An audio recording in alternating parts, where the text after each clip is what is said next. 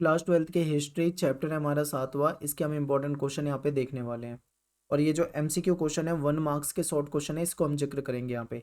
लगभग 50 क्वेश्चन बनाए हैं, काफ़ी मतलब मुश्किल से बन रहे थे। 50 क्वेश्चन बनते नहीं है, लेकिन फिर भी कोशिश ये की है कि 50 क्वेश्चन बना दिए जाएँ।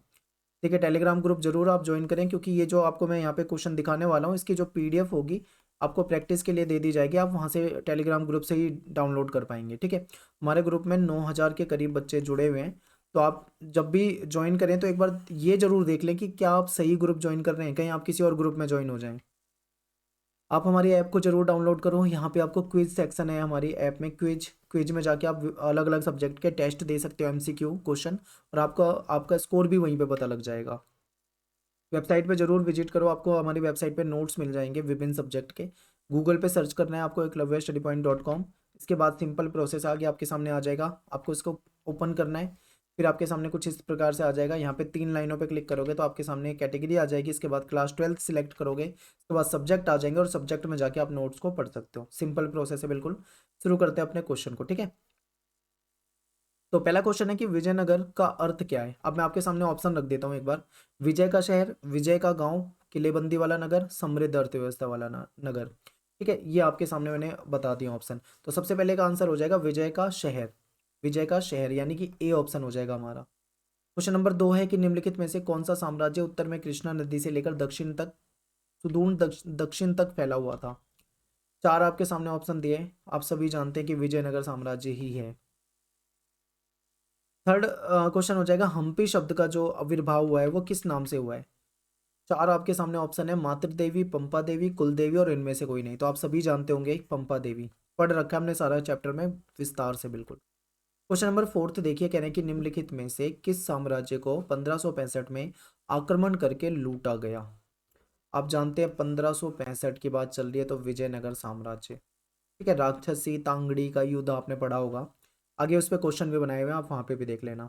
पांचवा प्रश्न है कि हम्पी के भग्नावशेष कब और किसके द्वारा प्रकाश में लाए गए थे। ऑप्शन एक बार देख लीजिए। सॉरी, आपके सामने ऑप्शन रख देता हूँ दोबारा। 1800 में कॉलिन मैकेंजी, 1850 में जनरल कनिंघम, 1900 में दयाराम साहनी और 1950 में रखलदास बनर्जी। तो आप जानते हैं कि 1800 में कॉलिन मैकेंजी जो थे, इनके द्वारा। तो ये ऑप्शन हमारे यहाँ पे सही हो जाएगा। प्रश्न नंबर 6 है कि किसने विजयनगर साम्राज्य के स्थान का पहला सर्वेक्षण मानचित्र जो था वो बनाया था। ऑप्शन आपके सामने है, आप सभी जानते हैं कॉलिन मैकेंजी। ठीक है, सी ऑप्शन हमारा यहाँ पे सही हो जाएगा छठे का। सातवां प्रश्न है कॉलिन मैकेंजी जो थे वो कौन थे। चार ऑप्शन है, अभियंता थे, सर्वेक्षक थे, मानचित्रकार थे या उपरोक्त सभी। तो देखिए ये सभी थे, ये इंजीनियर भी थे यानी अभियंता भी थे, सर्वेक्षक भी थे, ये मानचित्रकार भी थे। तो आपका यहाँ पे क्या हो जाएगा, डी। आठवां प्रश्न है आपके सामने, निम्नलिखित में से किन्हें, सॉरी यहाँ पे टाइपिंग की मिस्टेक है, निम्नलिखित में से किन्हें 1815 में 1815 में भारत का पहला सर्वेक्षण जनरल बनाया गया था। ठीक है, आपके सामने ऑप्शन है यहाँ पे। तो देखिए क्वेश्चन नंबर 8 का हो जाएगा कॉलिन मैकेंजी। नौवां प्रश्न देखिए एक बार, विजयनगर साम्राज्य की स्थापना कब और किसके द्वारा की गई थी। बहुत ही आसान क्वेश्चन है। ठीक है, बहुत ही आसान क्वेश्चन। 1336 और किसके द्वारा की गई थी विजयनगर साम्राज्य की स्थापना, हरिहर और बुक्का, ये दोनों क्या थे, भाई थे। तो बी ऑप्शन हमारा यहाँ पे क्या हो जाएगा, सही हो जाएगा। 10वां प्रश्न देखिए एक बार, निम्नलिखित में से कौन से शासक विजयनगर शासकों के समकालीन थे। दक्कन के सुल्तान, उड़ीसा के गजपति शासक, मगध के मौर्य और बी ऑप्शन है, ए और बी दोनों। देखिए अब हम बात कर रहे हैं यहाँ पे मिडाइवल हिस्ट्री की, मध्यकालीन भारत के इतिहास की, पर यहाँ पे मैंने ऑप्शन दे दिए प्राचीन इतिहास का। तो मगध और ये मौर्य साम्राज्य तो बिल्कुल नहीं होगा। तो आप सी ऑप्शन को कट कर दो। अब देखो आपके सामने 3 ऑप्शन बचे हैं, तो आपका ए भी सही है, दक्कन के सुल्तान भी सही है और उड़ीसा के गजपति शासक भी सही है, यानी कि ए और बी दोनों ही आपके यहाँ पे सही हो जाएंगे। क्वेश्चन नंबर 11 देखिए, चोल शासकों का संबंध किस राज्य से है। ठीक है, ध्यान से देखो, तमिलनाडु यहाँ पे आपका सही हो जाएगा। नेक्स्ट है आपका होयसाल शासक जो है, यहाँ पे देखिए एक बार नेक्स्ट, यहाँ पे तमिलनाडु सही था आपका। नेक्स्ट पे देखिए, होयसाल शासकों का संबंध किस राज्य से है। ऑप्शन आपके सामने है यहाँ पे, कर्नाटक राज्य से है या फिर तमिलनाडु से है या मध्य प्रदेश से या उड़ीसा से है। तो होयसाल जो है ये कर्नाटक से संबंधित है। ठीक है, क्वेश्चन नंबर 12 जो है कर्नाटक। 13वां प्रश्न देखिए, हाथियों के स्वामी के लिए कौन सा शब्द इस्तेमाल किया जाता है। अब आपके सामने यहाँ पे मैंने दे दिए शब्द आपके लिए। पहला क्वेश्चन है आज का, पहला प्रश्न, आंसर आपको कहाँ देना है, कमेंट बॉक्स में देना। आप मुझे बताइए कि इसका क्या आंसर होगा। अगला प्रश्न है कि विजयनगर के शासक अपने आप को क्या कहते थे, राय, नायक, कमांडर या इनमें से कोई नहीं, तो ये राय कहते थे। ठीक है, नेक्स्ट प्रश्न है आपके सामने 15, व्यापारियों के स्थानीय समूह को क्या कहा जाता था, कुदीरई, चेटी या फिर घोड़ों के व्यापारी या उपरोक्त सभी, तो ये आपका उपरोक्त सभी हो जाएगा 15वां क्वेश्चन। 16वां प्रश्न आपके सामने, विजयनगर निम्नलिखित में से किन बाजारों के लिए प्रसिद्ध था, मसाले के लिए, वस्त्र के लिए या फिर रत्न के लिए या उपरोक्त सभी, तो ये सभी के लिए था, मसाले और रत्न और वस्त्र वगैरह सबके लिए फेमस था ये, तो आपका उपरोक्त सभी हो जाएगा आंसर। 17वां प्रश्न देखिए, संगम वंश का नियंत्रण डैश तक था, कब तक था, समय की बात कर रहे हैं यहाँ पे आपसे। ठीक है, क्वेश्चन नंबर 17, तो ये 1485 हो जाएगा आपका आंसर। और 18वां प्रश्न देखिए, संगम वंश को किसने उखाड़ फेंका, संगम वंश को किसने उखाड़ फेंका, तुलुव, सुलुव, चोल और इनमें से कोई नहीं, तो ये जो सुलुव है ये आपका होगा सही आंसर। 19वां प्रश्न देखिए एक बार, कृष्णदेव राय ने अपनी माता जी के नाम पर विजयनगर के समीप किस उपनगर की स्थापना की थी, ऑप्शन है हम्पी, नगल, नगलपुरम, उपरोक्त सभी, तो नगलपुरम हो जाए। ठीक है, सी ऑप्शन यहाँ पे सही है। 20वां प्रश्न देखिए, कृष्णदेव राय जो थे वो किस वंश से संबंधित थे, ठीक है, किस वंश से संबंधित थे, 20वां प्रश्न, तो ये तुलुव वंश से संबंधित थे, ऑप्शन ए यहाँ पे सही हो जाएगा। 21वां प्रश्न देखिए, राक्षसी तांगड़ी युद्ध कब हुआ, ये याद है आपको, मैंने स्टार्टिंग के एक क्वेश्चन में जिक्र करा था 1565 के युद्ध को, तो ये वही बात है। ठीक है, तो राक्षसी तांगड़ी का युद्ध एक बार देख लीजिए, आपके सामने ऑप्शन है 1565, ये सही हो जाएगा इसका। नेक्स्ट क्वेश्चन है कि राक्षसी तांगड़ी युद्ध में विजयनगर की सेना का नेतृत्व किसने करा, यहाँ पे भी टाइपिंग की मिस्टेक है, में होगा। ठीक है, राक्षसी तांगड़ी युद्ध में विजयनगर की सेना का नेतृत्व किसने किया था, आपके सामने चार ऑप्शन है और आप इसका मुझे कमेंट में आंसर बताएंगे, आपके लिए दूसरा क्वेश्चन हो जाएगा आज का। सेकंड प्रश्न आप मुझे कमेंट में बताइए क्या इसका सही आंसर होगा। 23वां प्रश्न देखिए, राक्षसी तांगड़ी युद्ध को डैश युद्ध के नाम से भी जाना जाता है, तालीकोटा, कोझिकोड, तांगड़ी, उपरोक्त सभी। 23वां प्रश्न देखिए, तालीकोटा कहा जाता होगा। ठीक है, 24वां प्रश्न देखिए, राक्षसी तांगड़ी युद्ध में विजयनगर की सेना को किन की संयुक्त सेनाओं ने करारी शिकस्त दी थी, तो देखिए बीजापुर की भी सेना थी, अहमदनगर की भी थी, गोलकुंडा की भी थी, यानी कि ये सभी हो जाएंगे। 24वें का क्या हो जाएगा, ये सभी। 25वां प्रश्न देखिए, संस्कृत भाषा के शब्द यवन का प्रयोग निम्नलिखित में से किनके लिए किया जाता था, ध्यान से देखिए। और ये आपके लिए हो जाएगा आज का थर्ड क्वेश्चन। और ये मैं आपको बता देता हूँ, आप एनसीईआरटी की जो बुक है आपकी, उसमें आप बॉक्स को जरूर देखें, बॉक्स में से मैंने कुछ क्वेश्चन बनाए और आपसे पूछे भी हैं, तो आपको आंसर बॉक्स में मिलेगा। ठीक है, आप मुझे बताइए। 26वां प्रश्न देखिए एक बार, निम्नलिखित में से नायक से संबंधित गलत कथन को पहचानिए, यानी नायक से संबंधित यहाँ पे मैंने 4 पॉइंट रखे हैं, उसमें से 3 तो बिल्कुल सही है पर एक गलत है, आपको वही पहचानना है। देखिए, सेना के प्रमुख होते थे ये, ऑप्शन ए है, किलों पर नियंत्रण रखते थे, इनके पास सशस्त्र समर्थक होते थे और ये तमिल भाषा बोलते थे। तो देखिए यहाँ पे जो गलत है ना वो तमिल भाषा वाला है, क्योंकि आपने पढ़ा होगा किताब में कन्नड़ और तेलुगु भाषा का वहाँ पे जिक्र है, लेकिन हमने तो यहाँ पे तमिल दे दिया, तो आपका ऑप्शन कौन सा गलत है आप पहचान गए होंगे। 27वां प्रश्न देखिए, अमर नायक कौन थे, ठीक है, अमर नायक कौन थे, ऑप्शन एक बार ध्यान से देखिए, राजा थे, व्यापारी थे, सैनिक कमांडर थे या फिर शिल्पकर्मी थे, तो ये जो थे ये सैनिक कमांडर थे। ठीक है, 28वां प्रश्न आपके सामने कि निम्नलिखित में से कौन किसानों, शिल्पकर्मियों, व्यापारियों से भू राजस्व तथा अन्य कर वसूलते थे, आपके सामने ऑप्शन रख दिए, ध्यान से देखिए। ठीक है, तो ये जो अभी हमने अमर नायक पढ़ा था, ये जो थे ये क्या करते थे, इनसे कर भी वसूलते थे, तो यहाँ पे आपका सी ऑप्शन हो जाएगा सही। 29वां प्रश्न देखिए, विजयनगर साम्राज्य में किस महत्वपूर्ण हौज का निर्माण 15वीं शताब्दी में किया गया था। ठीक है, आपके सामने ऑप्शन रख दिए हैं, ध्यान से देखिए, नगरपुरम जलाशय, कमलपुरम जलाशय, तुंगभद्रा जलाशय और इनमें से कोई नहीं, तो आपका आंसर हो जाएगा कमलपुरम जलाशय। और एक चीज मैं आपको पहले बता दूं, ये बहुत इंपॉर्टेंट क्वेश्चन है, इस चैप्टर से 2-3 क्वेश्चन बहुत पूछे जाते हैं, तो महानवमी डिब्बा वाला, दूसरा किलेबंदी वाला, तीसरा ये जलाशय वाला। ठीक है, ये 3-4 क्वेश्चन है जो बार बार रिपीट होते हैं पेपरों में, तो ये इंपॉर्टेंट बहुत है, मैं आपको पहले बता रहा हूँ, इसको अच्छे से याद कर लेना। 30वां प्रश्न आपके सामने है कि हिरिया नहर का निर्माण जो था वो किसने करवाया था। ठीक है, कंफर्म नहीं पता लग पाता है इसके बारे में, लेकिन अंदाजा बताया जाता है, संभवतः ऐसा कहा जाता है कि जो संगम वंश के जो राजा थे उन्होंने करवाया था। ठीक है, तो यहाँ पे ऑप्शन क्या हो जाएगा हमारा, ए।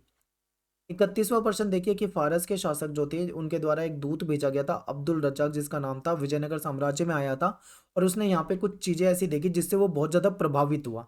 तो वो क्या था? बांध व्यवस्था, नहर व्यवस्था, सामरिक व्यवस्था या किलेबंदी? तो आप सभी जानते होंगे किलेबंदी। किलेबंदी बहुत इंपॉर्टेंट है, डी। किलेबंदी से क्वेश्चन आता है, लॉन्ग क्वेश्चन आपके पेपर में। अगला है सभा मंडप तथा महानवमी डिब्बा, इन्हें संयुक्त रूप से विजय का भवन की संज्ञा जो दी गई थी वो किसके द्वारा दी गई थी? तो आंसर हो जाएगा आपका 32 का, पेस के द्वारा। ठीक है, पेस। और आगे नेक्स्ट क्वेश्चन देखिए आपका 33वां प्रश्न। 33वां प्रश्न है कि निम्नलिखित में से कौन सा कथन महानवमी डिब्बा से संबंधित नहीं है? अब देखिए मैंने यहाँ पे चार ऑप्शन दे दिए, एक ऐसा पॉइंट मैंने दिया है जो गलत है, आपको वही बताना है, पहचानना है और बताना है। तो आप मुझे कमेंट में बताइए, आपके लिए ये तीसरा क्वेश्चन हो जाएगा आज की वीडियो का। और इंपॉर्टेंट क्वेश्चन है, आप ध्यान से देखा करें इनको, ठीक है? कमेंट में आंसर जरूर दिया करें। क्वेश्चन नंबर 34 है, हम्पी को कब राष्ट्रीय महत्व के स्थल के रूप में मान्यता मिली? देखिए ये क्वेश्चन जो है ये आपको पेपर में कंफ्यूज कर सकता है, ध्यान से पहले क्वेश्चन को देख लो। अगर आपने ध्यान से ऑप्शन को देखा है तो अब समझिए, हम्पी को कब राष्ट्रीय महत्व के स्थल के रूप में मान्यता मिली? यहाँ पे बात चल रही है राष्ट्रीय महत्व, बस आपको ये दिमाग में डाल लेना अपने, राष्ट्रीय महत्व 1976 की बात है। अब यहीं पे मैं क्वेश्चन की लैंग्वेज को थोड़ा सा चेंज करता हूँ और आपको यहीं पे कन्फ्यूजन बन जाएगी। अगर मैं आपसे ये पूछूं कि हम्पी को यूनेस्को के द्वारा, ठीक है, यूनेस्को के द्वारा कब, ठीक है, यूनेस्को के द्वारा इसको कब विश्व पुरातत्व स्थल घोषित किया गया? अगर हम बात करें अंतरराष्ट्रीय लेवल की, यूनेस्को ने कब इसको, हम्पी को, विश्व पुरातत्व स्थल घोषित कर दिया था? तब आपका आंसर हो जाएगा 1986। तो आपको ये समझ में आ गया होगा, क्वेश्चन में आपको ऐसे ही कंफ्यूज किया जाएगा, राष्ट्रीय पूछ लिया जाएगा लेकिन आपको ऑप्शन में सबसे पहले 86 दे देंगे और आप यहाँ पे गलती कर सकते हो। या आपसे यूनेस्को वाला पूछ लेंगे, ऑप्शन में सबसे पहले आपको 76 दे देंगे, हो सकता है आप इसमें कंफ्यूज होकर गलत लगा दो। तो ये मैं आपको पहले ही मैंने आपको बता दिया, आप दिमाग में डाल लो। आगे यही क्वेश्चन मैंने आपके सामने रखा है, दोबारा आएगा तो आपको वहाँ पे समझना है, ठीक है? 35वां प्रश्न देखिए कि बहमनी राज्य की स्थापना जो थी कब हुई थी? ऑप्शन आपके सामने है 35वें का, ध्यान से देखिए, ठीक है? 1206, 1347, 1336 और 1510। तो इसका आंसर हो जाएगा 1347, बहमनी राज्य। और 36वां प्रश्न देखिए एक बार, निम्नलिखित में से कौन सी गोपुरम की विशेषता नहीं है? अब यहाँ पे फिर से गोपुरम से रिलेटेड मैंने डाल दिया है, तीन ऑप्शन बिल्कुल सही दिए हैं पर एक ऑप्शन मैंने गलत किया है, आपको वही पहचानना है कि कौन सा नहीं है। और आप चैप्टर की वीडियो को जरूर देख लो अच्छे तरीके से, क्योंकि चैप्टर की वीडियो जो मैंने बताई थी तो उसमें गोपुरम को इमेज वगैरह दिखा के भी आपको बताया हुआ है कि कैसा क्या था। तो आप मुझे आंसर बताएंगे, ये आपके लिए कमेंट का क्वेश्चन, ठीक है? 36 आप कमेंट में बताइए आंसर। 37वां प्रश्न देखिए, विट्ठल देव जो थे, विट्ठल जो थे भगवान, वो कौन से देव, किन के रूप थे? शिव, विष्णु, कृष्ण और इनमें से कोई नहीं? तो देखिए विट्ठल जो थे, विट्ठल देव, ये भगवान विष्णु के रूप माने जाते थे, ठीक है? 38वां प्रश्न देखिए कि डैश मंदिर का निर्माण कई शताब्दियों में हुआ था? कौन सा मंदिर था? विट्ठल, विरूपाक्ष, हम्पी या इनमें से कोई नहीं? तो देखिए विरूपाक्ष बहुत इंपॉर्टेंट है, विरूपाक्ष पे भी क्वेश्चन आता है इससे, तो इससे रिलेटेड कोई क्वेश्चन आ सकता है इसलिए इंपॉर्टेंट, आप इसे याद रखें। 39वां प्रश्न देखिए 39, ये आ गया वही क्वेश्चन जो मैंने आपको बताया था, हम्पी को यूनेस्को के द्वारा विश्व पुरातत्व स्थल कब घोषित किया गया? अब यहाँ पे आपके सामने आंसर जो होगा वो 1986 हो जाएगा। लेकिन अगर यहाँ पे यूनेस्को हटा दें और राष्ट्रीय स्तर पे बोलें कि कब ये महत्वपूर्ण बना था तो 76 होगा। कन्फ्यूजन बिल्कुल नहीं होनी चाहिए, ठीक है? 40वां प्रश्न देखिए, विरूपाक्ष जो देव थे वो किन के रूप थे? शिव, विष्णु, कृष्ण और इनमें से कोई नहीं? एक सेकेंड, ठीक है, इनमें से कोई नहीं। देखिए तो ये जो विरूपाक्ष थे ये भगवान शिव के रूप माने जाते हैं। 41वां प्रश्न देखिए, पंपा देवी ने डैश से विवाह के लिए तप किया था? यहाँ पे टाइपिंग की मिस्टेक है, तप हो जाएगा, ठीक है? तप, तपस्या, तप किया था। 41 है क्वेश्चन, तो आप ऑप्शन देखिए और ये आपके लिए हो जाएगा आज का question, I think fourth question हो जाएगा। आप मुझे कमेंट में इसका आंसर बताइए, ठीक है? आंसर आपके सामने ऑप्शन दे दिए मैंने। 42वां प्रश्न देखिए कि कमल महल का नामकरण 19वीं शताब्दी में हुआ था, किनके द्वारा हुआ था?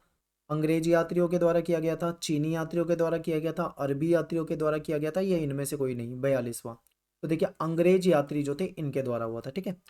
43वां प्रश्न देखिए, आफानासी निकेतन कौन थे? आफानासी निकेतन कौन थे? तो ये रूस के व्यापारी थे।